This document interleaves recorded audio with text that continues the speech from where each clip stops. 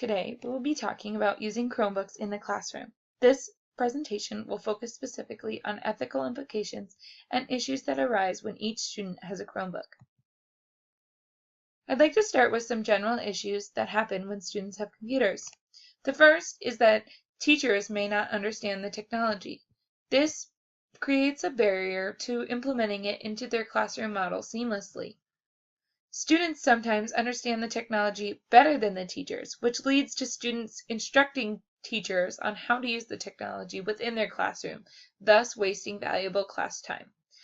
It also may lead to students who understand how to get around the protective safeguards put in place for them, thereby nullifying the value of the technology. Another issue that may arise is student distraction.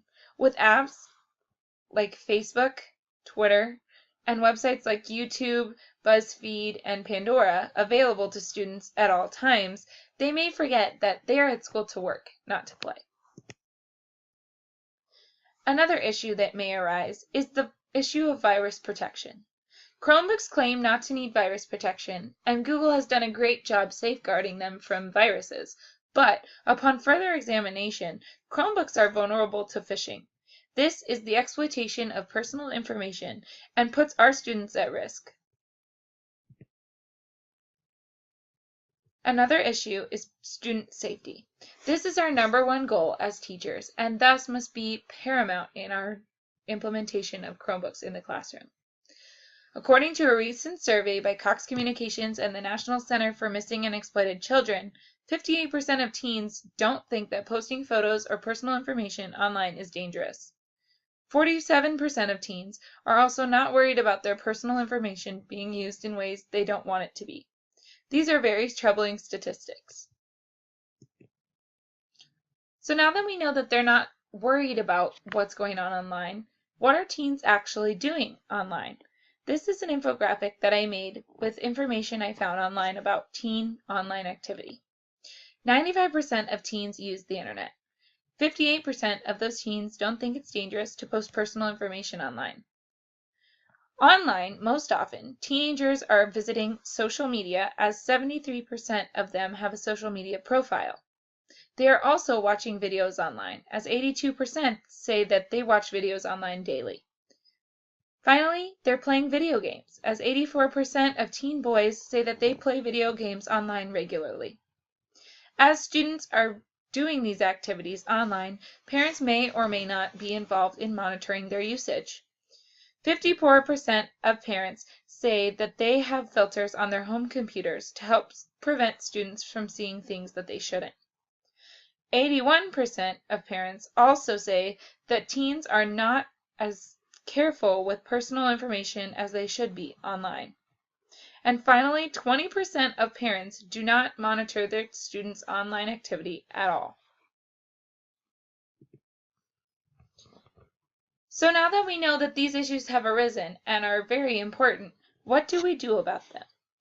One thing we can do is educate our students about the dangers of online activity.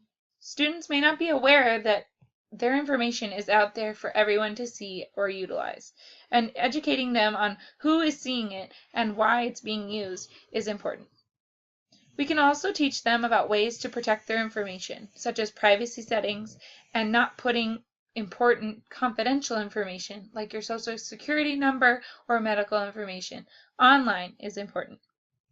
Finally, we can utilize technology to monitor student online activity. Google has put out a program called G-Scholar to help teachers and administrators understand what students are doing online. This allows teachers to view what students are looking at on their Chromebook at any time during school or after school. This will help teachers keep students away from websites that they should not view or help protect them from dangerous information. The last issue I'd like to cover is plagiarism.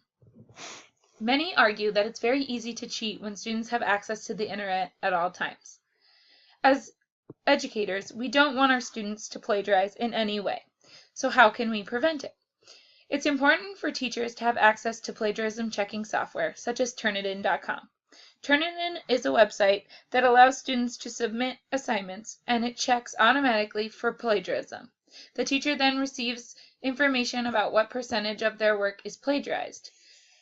In this way, teachers can check to make sure that students are not copying from the internet and that they are in fact doing their own work. Another way we can prevent plagiarism is to discuss with students what actually constitutes plagiarism. Many students do not believe that copying and pasting from online sources is plagiarism. If we discuss this with students and explain why it's plagiarism and how to avoid it, students are much less likely to utilize that option.